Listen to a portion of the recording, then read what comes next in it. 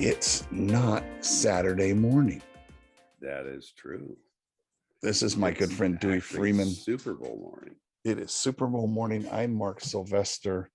It's supposed to be 85 degrees here in Southern California. And reason we didn't record yesterday was Dewey was plowing the snow off the mountain at his ranch in Colorado. Dewey, good morning, my friend. Good morning, my friend. And yes, I was. And I think we're supposed to get all the way up to freezing today.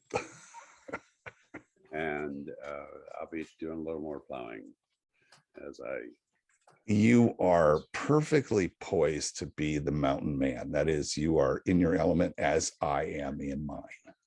That is true. I absolutely love where I live. Yeah, me too. Blue skies and beautiful weather, and born and raised here in Southern California. Been in Santa Barbara this August for 50 years.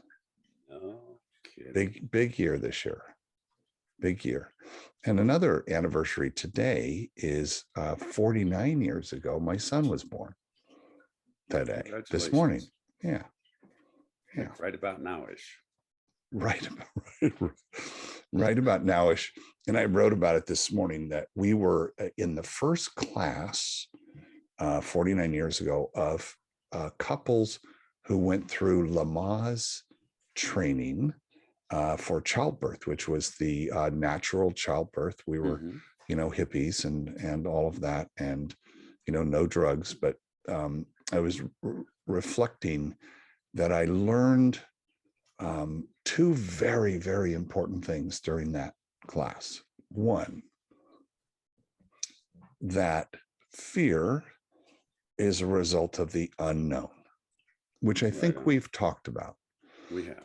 And she said, our teacher, her name was Royal, she said, I'm going to tell you everything that's going to happen minute by minute. This is exactly when this will happen, so you can expect it. There's no need to be fearful, and that's going to reduce stress and pain and all of that. So I learned that at a young age, right? At 19 years old. And the other one, which was how to breathe through pain, which this was new. And what she would have us do, because my son's mom was going through all that, but they do it as a couple. So you're coaching, you're right there, right? Totally. And she taught us how to pick a spot on the wall and then focus on that spot and then breathe, just do the breathing. She taught us, which I now know is diaphragmatic breathing, which I didn't know at the time, but we taught us that breathing. And as soon as it would get, she'd say, push, she would go, breathe, find your spot, breathe. 40 years later, my math is probably wrong, but when I was 53 and I got my black belt, which was a pretty intense day, I remember standing, there was just two of us getting our black belt, standing in front of the test board. And we had to be more focused than I've ever been in my life. And I said, find your spot. And I found my spot on the wall, and I just crawled into that and did my breathing, did all that stuff, and then had a great test. So there you go, full circle. I love those lessons we learn early in life. Sounds fabulous. And which, yes. That as you were breathing, it helped you both stay grounded and not chaotic inside. Little did I know that. We learn lessons that we don't know what lessons we've learned until later. That was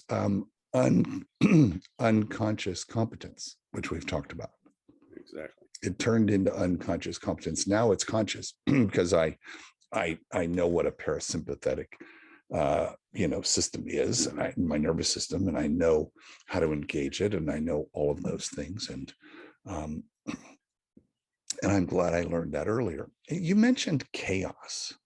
One of the things that keeps coming up for me, and I'm gonna guess as an old guy, it comes up for everybody. Oh, I thought you were Hey, going to tell me I was an old guy. gosh, no, I'm not allowed to do that. You are my elder, sir. Uh, People that are listening right now, you will deal with chaos and overwhelm the rest of your life. There, that's our show. There you go. Good luck. Have fun. Write us, let us know how it goes. But along the way, we've both learned some tricks to manage chaos and overcome overwhelm so that it's almost like we can see it coming and we can deal with it. And I'm curious how why do we define chaos? Why don't we start there? How would you define chaos? Oh, God. I hadn't even thought of that. So That's my job. that is your job. The first thing, I mean, is that things are just a mess without structure and without any level of ability, at least in the moment, to control it. That something's happening that is, and usually in my world, it's not a single event, it's a number of events happening at the same time without much ability to have input into it or do much with it. Is the thing that is chaotic, is it chaotic of its own self, or is it only chaotic to you because you don't understand it? Most of the time it would be, that's a really good question, because it most of the time for me, and I just finished leading a 4-day training and working with families and couples along with horses. And one of the big things that students feel is that, like, a family system, and it could be very chaotic unless you have some level of understanding of it. And so essentially things happen all the time, and in and of themselves are not really chaotic until we try to do something with them, or it feels overwhelming to us, or we feel that we're supposed to do something with them when, maybe we should, maybe we shouldn't. But if you could imagine just something happening and it just happening, and it isn't until we think we need to change that or do something with it that we feel that it's chaotic. All right. So, a lack of order.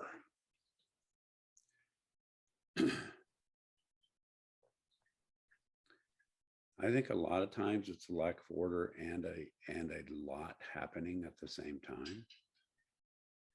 So an example, we're working in a herd of horses, about 45, 46 horses. And in this particular case, they were all fenced into, they're on a 53-acre ranch. But they'll bring them in and put them in a paddock that's about 2 to 3 acres, just for feeding and et cetera, et cetera. Well, that many horses in there, they do just fine with each other. If you're standing on the outside, there isn't a horse in there that doesn't get what's going on. If we would walk in the middle and we're going, oh my goodness, there's like all these horses, and these horses are running, and these horses are nipping at each other, et cetera, et cetera. They get it. many of the students, when they're in the middle of all that, it feels very chaotic for them. So So, that's a so great that question. I understand. And it is the students' lack of understanding of the system under which the horses are operating, because there is no chaos to the horses. It's chaotic to the appears chaotic to the human, because they don't understand that there is an underlying system, neither understand or appreciate. Right. And they don't know how to fit in. So as we're talking, it's like, you know, and we're not as strong and we're not as fast as horses. And they're also, and I don't know how or if this actually fits into this conversation so far. Um, we often feel like we're supposed to know. Oh, yes, because we're exceptional. Right. And I'll throw in a piece here, and it is working with nature and animals, is that we have a sense of what I call human supremacy, which means Yeah. we're better than everybody and everything. Yeah. And that we're supposed to be able to deal with it and we're supposed to be able to control it. But there's also things, I mean, even between people that, you know, that can feel really chaotic, and we're supposed to hold and understand it and control it, and et cetera, et cetera. Again, because we're exceptional, or because we're afraid of not being in control. Mm. So, what was your real time coaching to the humans? Oh, in those moments, well, it's actually three things. One is actually learn the system. Don't try Okay. and change it necessarily, but Okay. learn it. Learn it. Yeah. And two is increase your awareness. Interestingly enough, the biggest thing is to blend into the system. Got it. So you're actually part of it. So, as you know, I love it when our worlds collide. And I love it when worlds collide.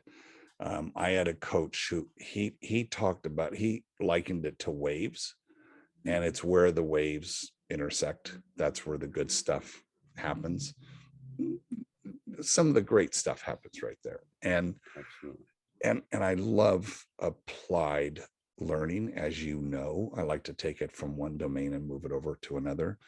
So, in a so listener, if you find yourself in a chaotic situation, which is probably also new because you don't understand it yet, right?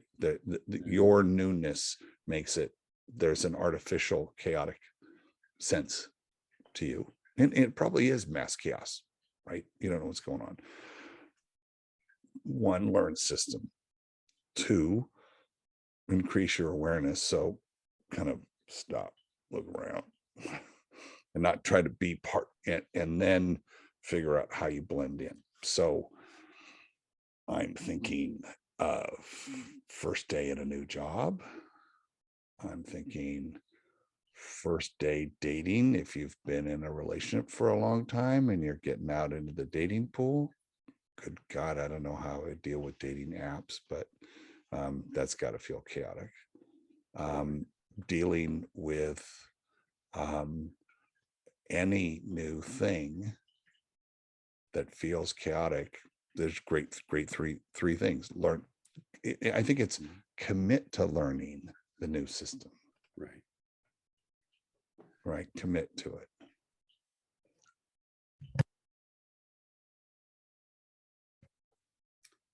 There's also something in here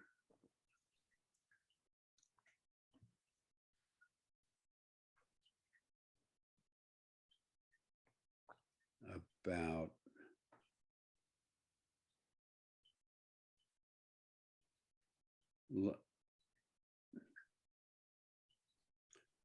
our feeling that we should be able to shift something, or our feeling that we should be able to control something, instead of going, oh, this is what's happening.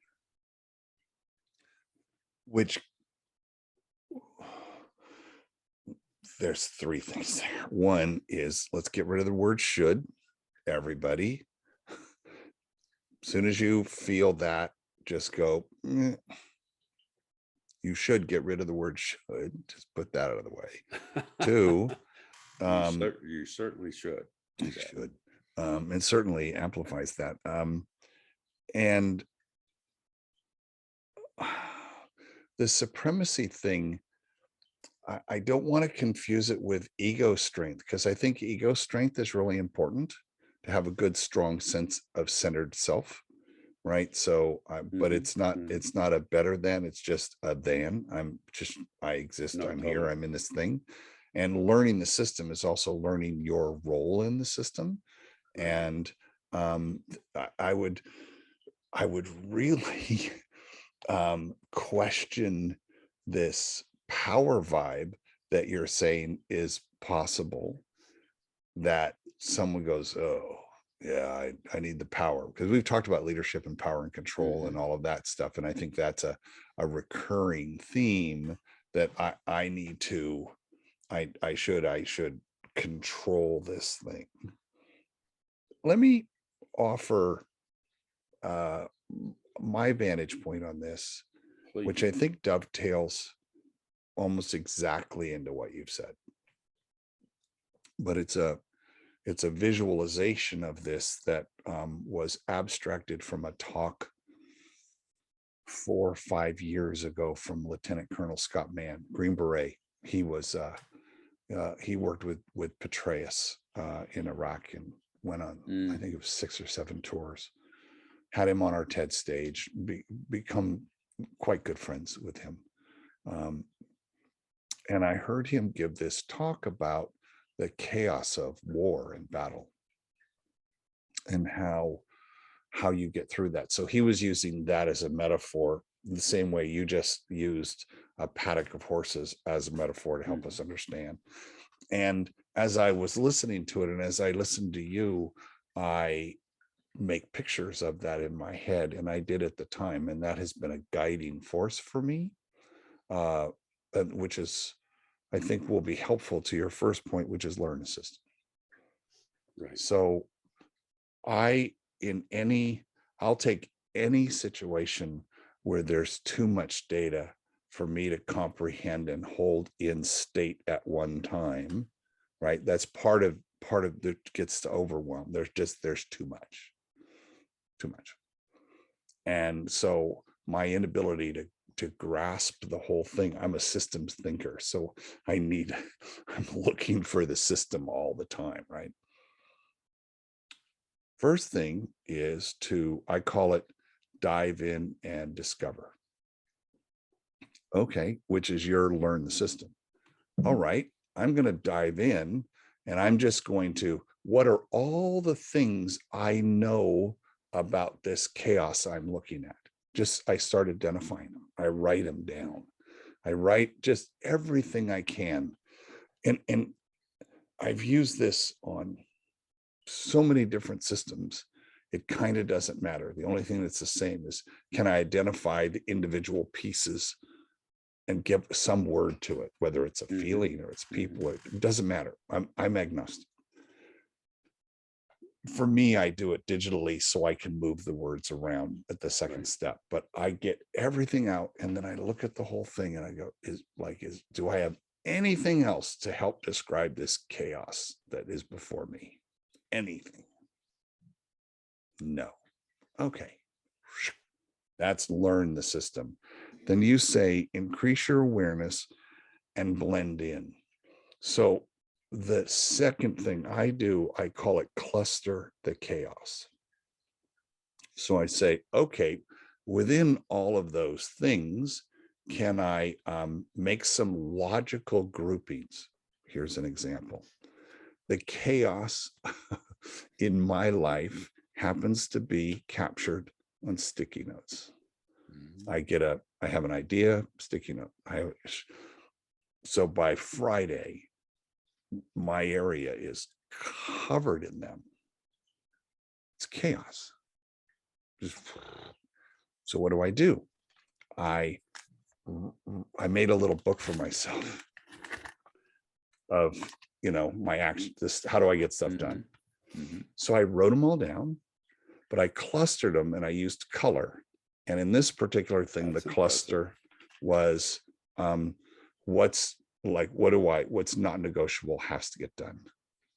What's second and what's the third? Like if I don't do it till Monday or Tuesday, no harm, no foul.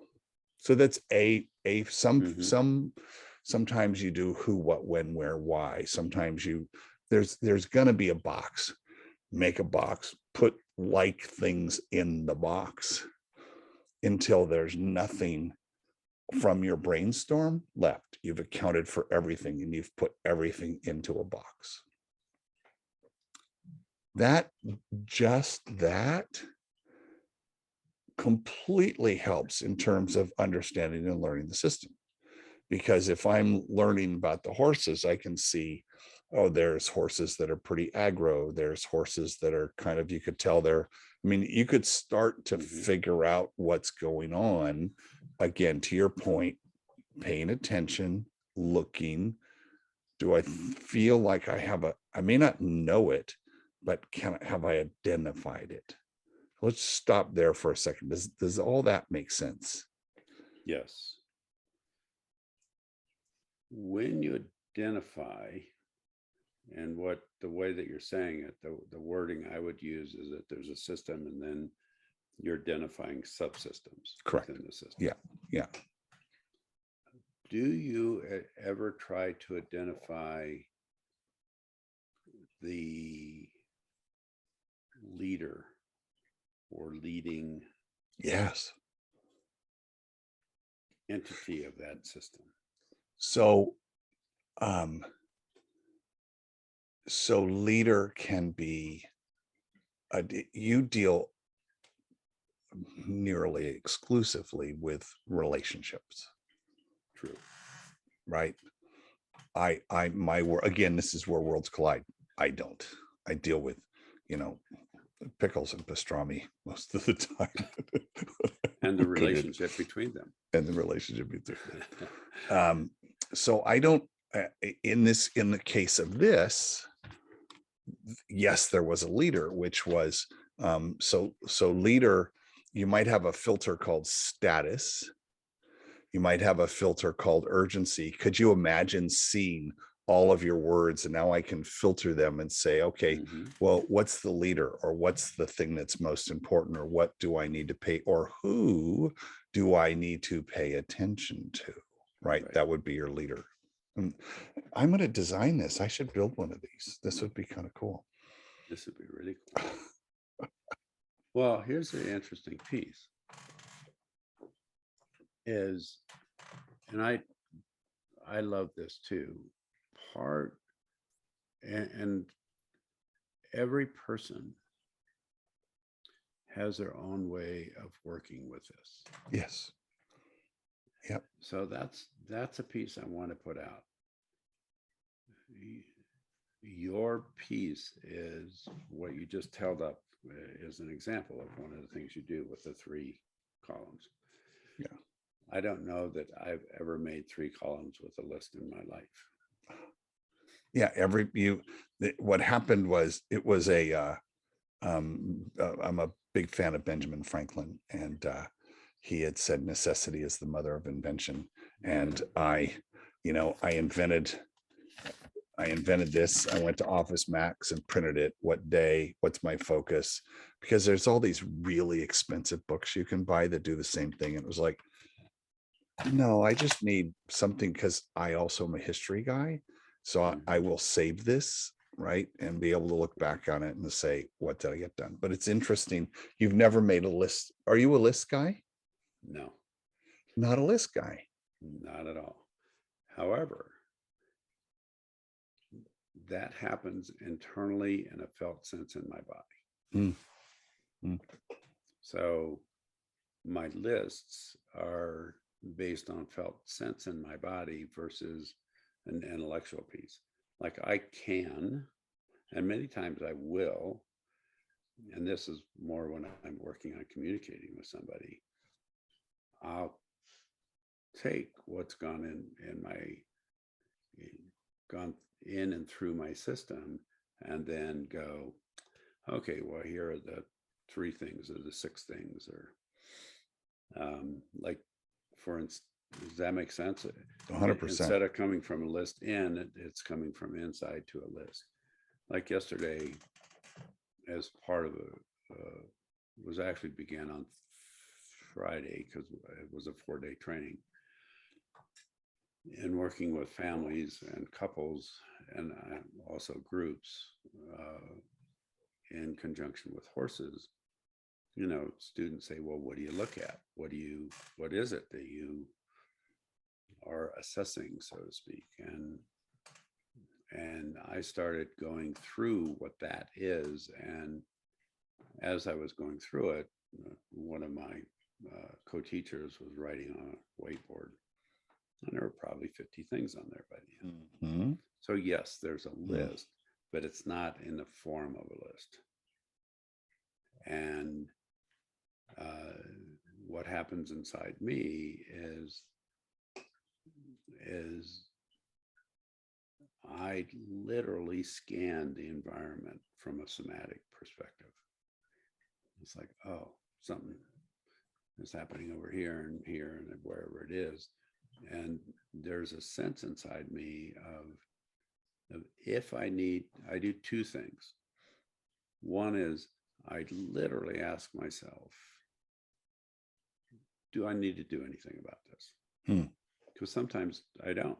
And what's really interesting, I think, is many people will go in and go, I need to do something about everything. And that's just not the case. It's like sometimes you just let it be and it works itself out. Which was just stay. Which ones are pink? Do I need to do something about this? Right. Or with the yellow, yeah, it's like, or give it 3 minutes and it'll be gone. So why do I need to put my energy there? I believe that, and this is the increasing your awareness, because now you're whether it's a threat level or it's a pay attention to level, whatever that level is, right? I love that it's a full body thing for you. 100% opposite for me. Right. 100% in my head, which is why we get and this both like this. Just for everybody in the audience, both and everything in between those is completely valid. Yeah. This is a really important piece. And in fact, I'm just going to throw in another piece, is I've talked about being a Gestalt therapist, that's my underlying theoretical perspective. And one of the underlying pieces is that we actually meet at our differences. That, which is just, if you and I looked at everything exactly the same, it'd actually be really boring. We wouldn't have a show. Well, it'd be like, yeah, oh yeah, yeah. But, and this is the other piece with chaos, is when we're in a systemic thing where there's chaos, whatever is going on is different than what's going on inside us. Otherwise, we wouldn't see it as chaos. Yes. Yeah. So if you can hold the perspective that we meet at our differences, chaos can actually turn into an adventure. 100%, every time. It can, right? It can. So this maybe we then take it to the next step, is how do we overcome overwhelm? And to me, overwhelm is you've not sufficiently dealt with the chaos, right? Because once you have understood it. To your point, I understand it, and I've figured out how to blend into it. And I either know I can't control it, or I don't need to control it, or whatever that relationship is with that thing. I in my lived experience, I calmed down. Like when I walked in here, when did I do this? 2 days ago. I had a note in my head. My body was like, don't walk in your office, dude. It's just going to annoy you because there's shit everywhere. Because I cook a lot, and so Mhm, I don't have desk days anymore, as much. I have 2 a mhm, week. mhm. And so I just put the stuff in there knowing I'm gonna deal with it. Right. And I said, hey, drink your own medicine, doctor. And I sat down. I went outside. It's beautiful out. We've already established it's lovely here. And I just laid the whole things out. And my first bucket was, is it a TEDx thing? Is it a storytelling thing? Is it some business Mm, thing? Is it a personal thing? So those were my first mhm, buckets. And then I just start taking all the stuff, getting them on there, and then clustering the chaos, saying, okay, what's most important? And then the third step for me in overcoming this is, what do I need to, I make a map. So the mhm, map could be a time map, the map could be any kind of map, but it's a plan of action. And a guy named Mike Williams, who I hope you get to meet in time, he calls it one next action. So for me, it's I've planned out, okay, I know I'm going to do all the red stuff, then I'm going to do the green stuff, then I'm going to do the yellow stuff. Within the red stuff, I'm going to do them in this order. So I've made a plan, and I'm just going to knock out the plan. And so what happened is I went from chaos to order. There's still, all those things are all still they're all true. still doing everything that they were before. Yes, yes. It's just that I have learned about them. I've internalized it. I've figured out how to blend in and be a part of it. So none of them are foreign to me, right? And I have a plan. And then the fourth step is commit to, okay, do the first one. And a lot of times what happens, people make the list and they say, it's time for lunch. Mhm, They don't do it, right? So right. it's not completed until you, and I was taught, um, it's take a first step and commit to the next step. That's just, that was a big one for me, because a lot of times I'll get one in a row. Yeah, got that done. Yeah. And I feel good, and I want to give myself a biscuit. I want to give myself a treat, right? There's a little reward, right? German Because I Shepherd 101 training. 100%, I'm totally a dog. Um, Yet it's committing to doing the next one. So you have to do the work at some point. And there is such a, for me, again, personally, and this is why I think this is important, we feel overwhelmed with so much to do. And the more people I talk to through COVID and through busyness and through whatever it is in life feels that it's been compressed and compacted, and it's Totally. like that. Um, Everybody's like, they're over. Well, I can't do one more thing. I can't take another thing. I can't. I just get that all the time. Do you get that as well? Do you get I that? get that all the time too. Yes.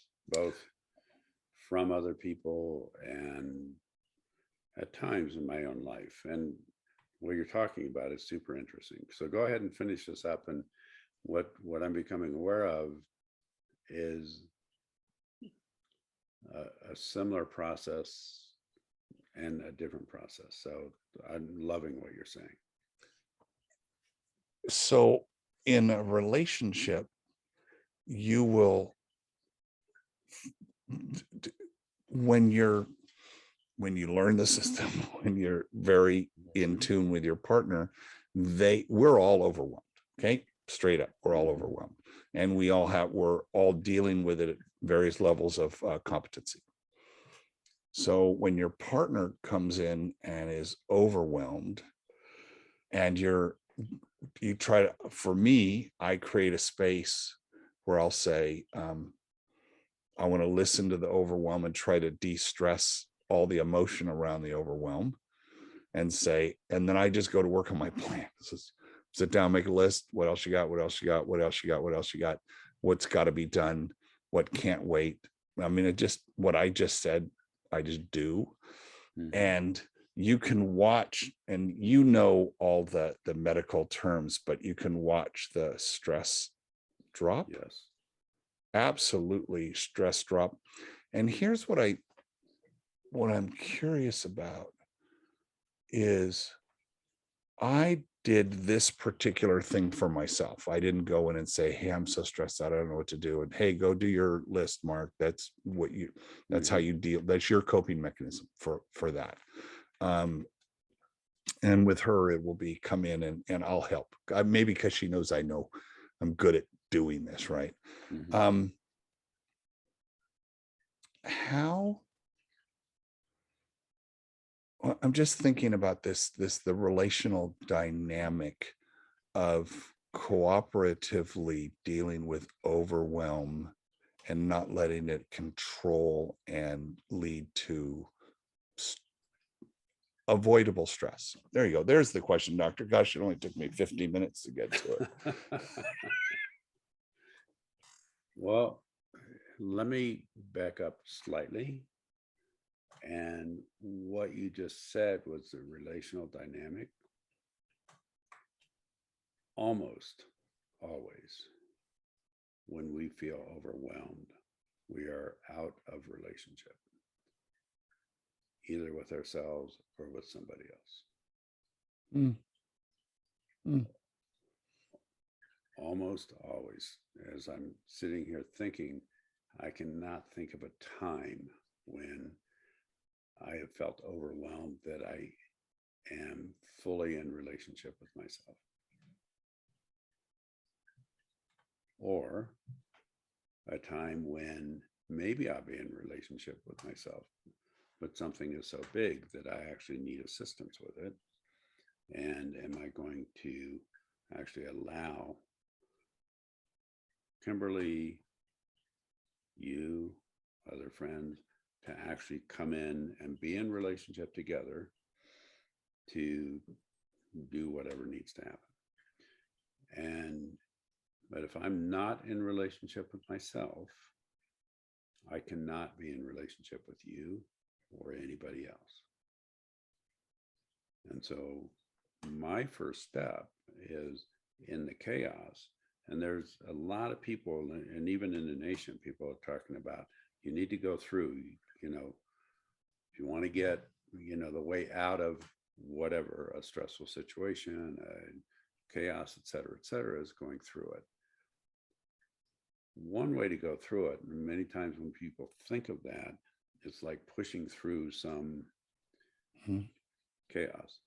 When I think of it, the way through, and people, I think the phrase is the way out is through.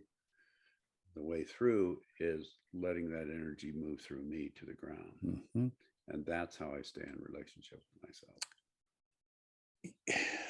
Therefore, the key to my step, I stand, soft knees, I get centered, I close my eye for a second, and I take one big, long, 1 to 3 long breaths. I actually do this. It's like, I need to prepare myself. So to your point is, I'm using your words, I'm becoming present with myself and cementing the relationship I have with myself before I start this thing, whatever this punching through is going to be. Yeah. Totally. Because you can't, if you're not in relationship with yourself, all you do is create more chaos.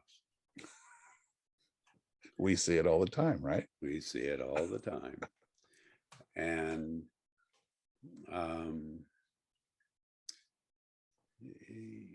even, I want to share two things. Like yesterday, and this was in large part because of a weather change. Horses' internal systems are very, very sensitive to weather changes. And one of the horses down at the ranch began to colic yesterday afternoon. And the horse's owner was there. She is actually part of the training. And what colic is generally, it's basically an upset stomach for a horse, but it can get really severe. It can be an impaction colic, which is where they basically get constipated and can't move anything through. Sometimes it's that can be caused by pain, sometimes stress. Sometimes it's what's called a gas colic, which is where gas builds up and doesn't move through. I had colicky babies. Yeah, it's virtually the same thing. It's just on, 4,000 pounds. Yeah. and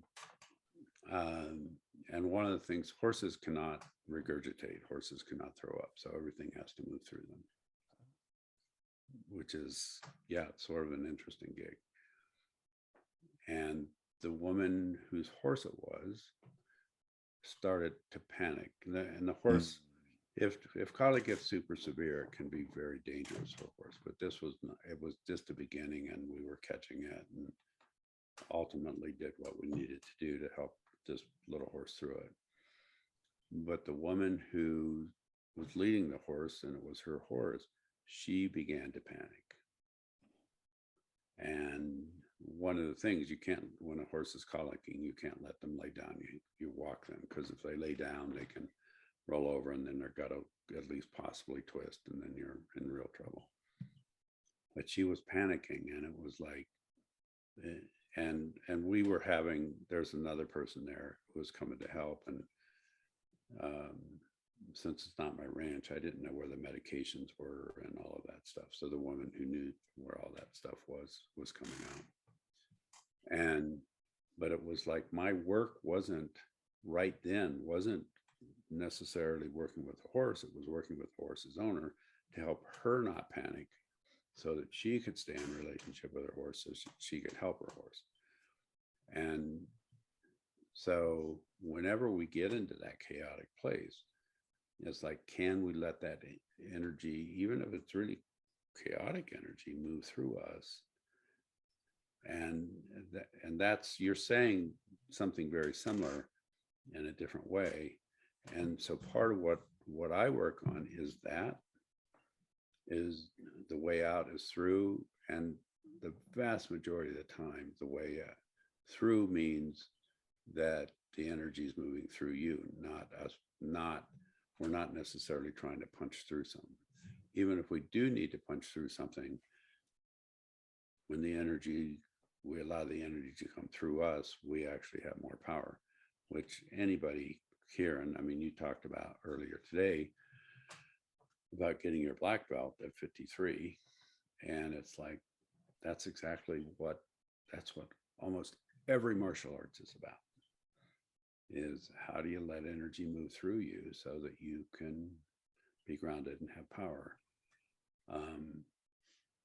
The other thing that I do is, when I allow that to move through and do that well, I'm scanning what's going on in the system. And what I look for big time is that in every system, there's a structure, even if it's a chaotic structure. Mm-hmm. Mm-hmm. And if you can hone in on the leadership of that system, that's sort of what you need to work with. Yeah. Like if there's 45 horses in this paddock, there's 2 lead horses in that herd. Oh, it's 2. Yeah.